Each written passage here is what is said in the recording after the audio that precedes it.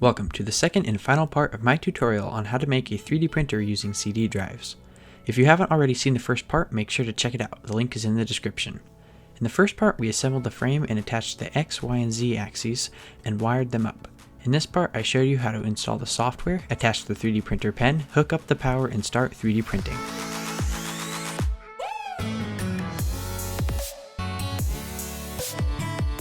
These next few steps are optional. You don't need to take apart your pen and shrink it down, you could just attach it straight to the Z-axis. But I think the 3D printer runs better when it has less weight to lift. First, what you need to do is take apart your 3D pen. Unscrew the screw on this panel and then remove the screw on this piece that holds the filament guide tube in place. Remove this screw here along with these two connector plugs. Now pull out the extruder. Next, push on the two hot end tabs and remove the hot end. Remove the motherboard along with whatever is left in the housing. Next, desolder the hot end from the motherboard and then reconnect them by soldering wires from the hot end to the motherboard. Make sure to test it out after it's wired up.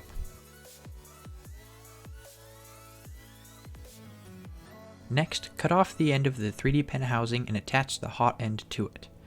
Cut a piece of the filament tube off that is 1 or 2 inches long.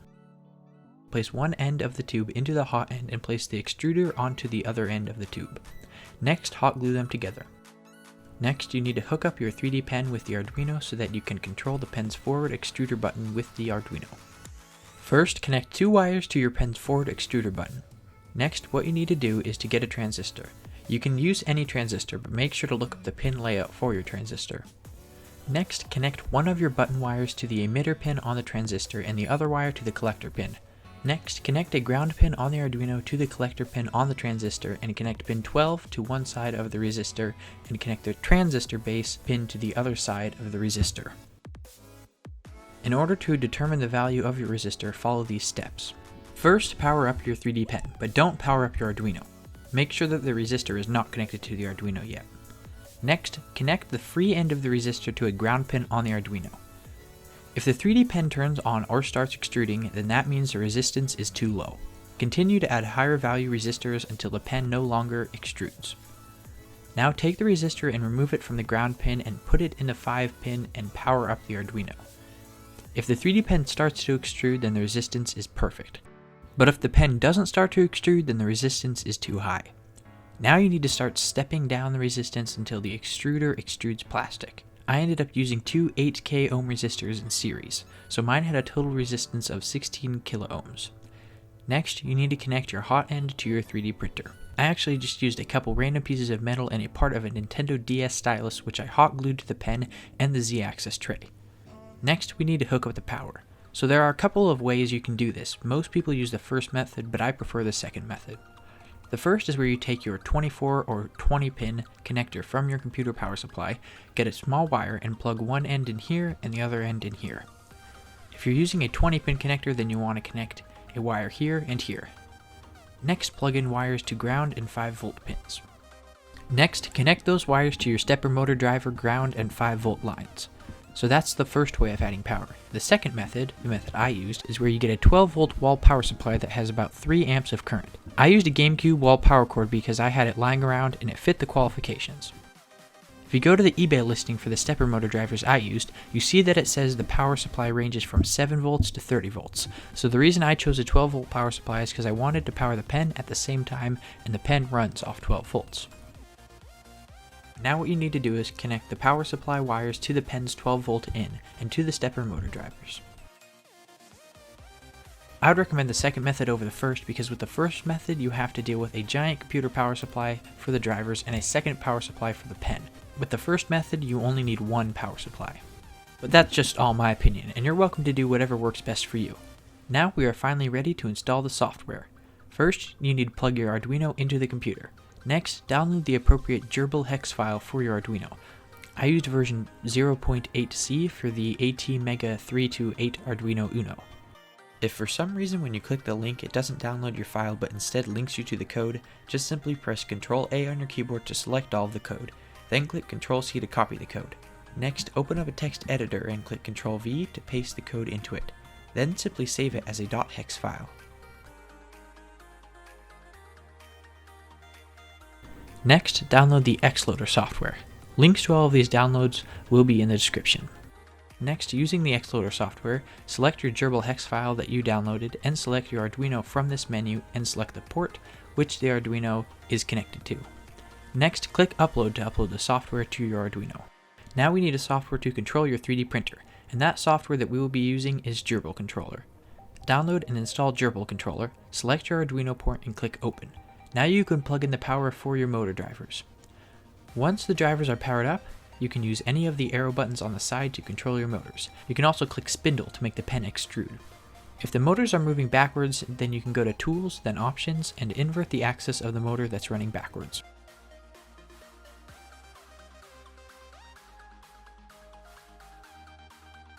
If nothing moves at all, then make sure the correct port is selected and that all of the wiring is hooked up correctly, and then test it again. Once you've gotten everything working, you can design your print. To do this, we'll be using MakerCam. Go to makercam.com and change the graph from inch to centimeters. Now if you want to use one of the pre-made shapes, then you can click the Insert tab and choose one of the shapes. Just so you know, you can't do circles because the printer doesn't know how to draw an infinite-sided polygon. So instead, if you want to do a circle, click the polygon and you can choose the number of sides and the radius of the circle. Once you've got your shape chosen, you can scale it down small enough that it's less than half the size of one of those squares. The reason it has to be about that size is because these printers can only print less than 5mm cubed. If you want, you can measure the volume that your 3D printer can print by measuring the distance that the trays can travel. Next, drag your shape to the bottom left corner of the grid.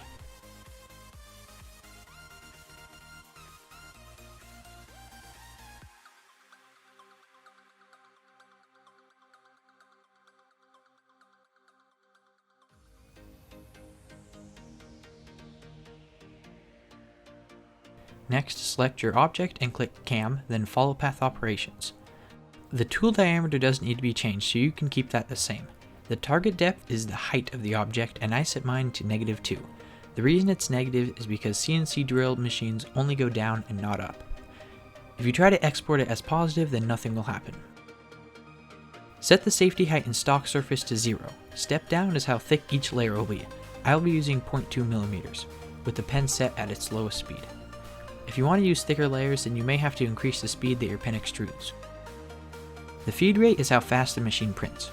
You can experiment with this a little bit and find what works best, but I used 50mm a minute for the printer at its lowest speed. The plunge rate is the vertical movement of the z-axis. I set this to 50 as well. Click OK, then click Calculate All, and then click Export G-code.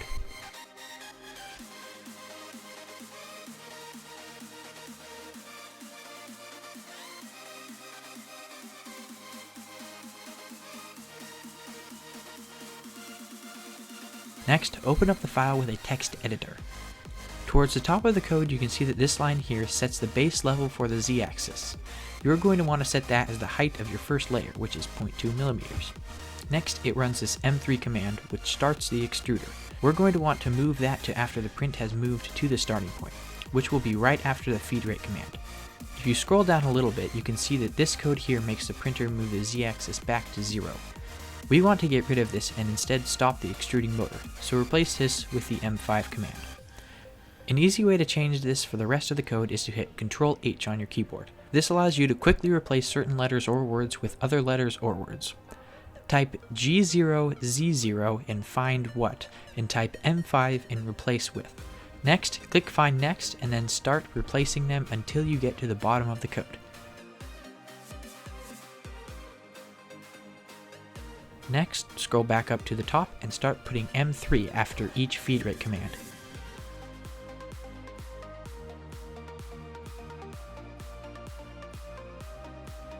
When you get to the bottom, you need to change this command here so that it is 1mm higher than your final layer height. I'll set mine to 0.3 because my final layer height was 0.2. Next, you can add in this command so that all of your axes go back to their starting locations.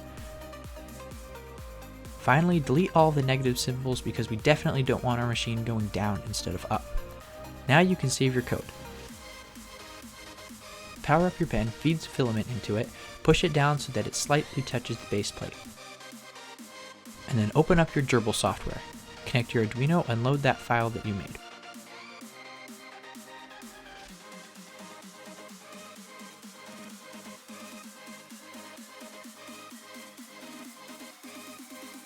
Then click begin. Hopefully you got everything correct and it starts 3D printing.